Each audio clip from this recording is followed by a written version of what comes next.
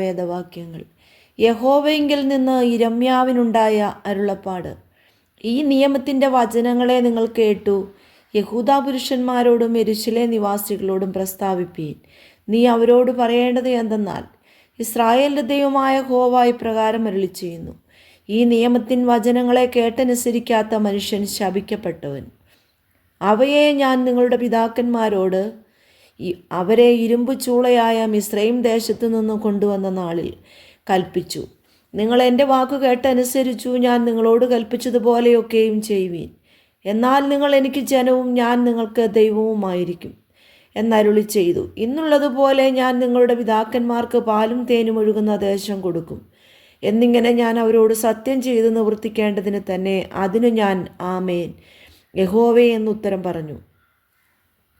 അപ്പോൾ യഹോവ എന്നോട് അരുളി ചെയ്തത്, നീ യഹൂദാ പട്ടണങ്ങളിലും യെരൂശലേമിൻ്റെ വീഥികളിലും ഈ വചനങ്ങളെയൊക്കെയും വിളിച്ചു പറക. ഈ നിയമത്തിൻ്റെ വചനങ്ങളെ കേട്ട് ചെയ്തു കൊള്ളുവീൻ. ഞാൻ നിങ്ങളുടെ പിതാക്കന്മാരെ മിസ്രയീമിൽ നിന്ന് കൊണ്ടുവന്ന നാളിലും ഇന്നുവരെയും ഞാൻ അധികാലത്തും ഇടവിടാതെയും അവരോട് എൻ്റെ വാക്ക് കേൾപ്പീൻ എന്ന് പറഞ്ഞു സാക്ഷീകരിച്ചിരിക്കുന്നു. അവരോ അനുസരിക്കുകയും ചെവി ചായ്ക്കുകയും ചെയ്യാതെ ഓരോരുത്തൻ താൻ്റെ ദുഷ്ടഹൃദയത്തിൻ്റെ ശാഠ്യപ്രകാരം നടന്നു. ആകയാൽ ഞാൻ അവരോട് ചെയ്യുവാൻ കൽപ്പിച്ചതും അവർ ചെയ്യാതെ ഇരുന്നതുമായ നിയമത്തിൻ്റെ വചനങ്ങളെപ്പോലെയൊക്കെയും ഞാൻ അവരുടെ മേൽ വരുത്തിയിരിക്കുന്നു. യഹോവ പിന്നെയും എന്നോട് അരുളി ചെയ്തത്, യഹൂദാ പുരുഷന്മാരുടെ ഇടയിലും യെരൂശലേം നിവാസികളുടെ ഇടയിലും ഒരു കൂട്ടുകെട്ട് കണ്ടിരിക്കുന്നു.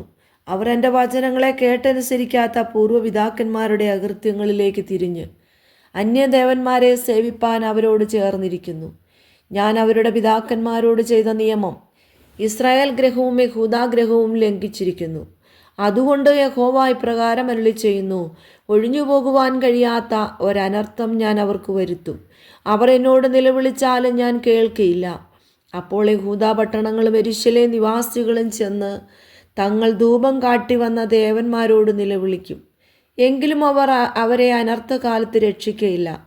യഹൂദായെ, നിന്റെ പട്ടണങ്ങളുടെ എണ്ണത്തോളം നിനക്ക് ദേവന്മാരുണ്ട്. യെരൂശലേമിലെ വീഥികളുടെ എണ്ണത്തോളം നിങ്ങൾ ആ ലജ്ജാവിഗ്രഹത്തിന് ബലിപീഠങ്ങളെ, ബാലിന് ധൂപം കാട്ടുവാനുള്ള പീഠങ്ങളെ തന്നെ തീർത്തിരിക്കുന്നു.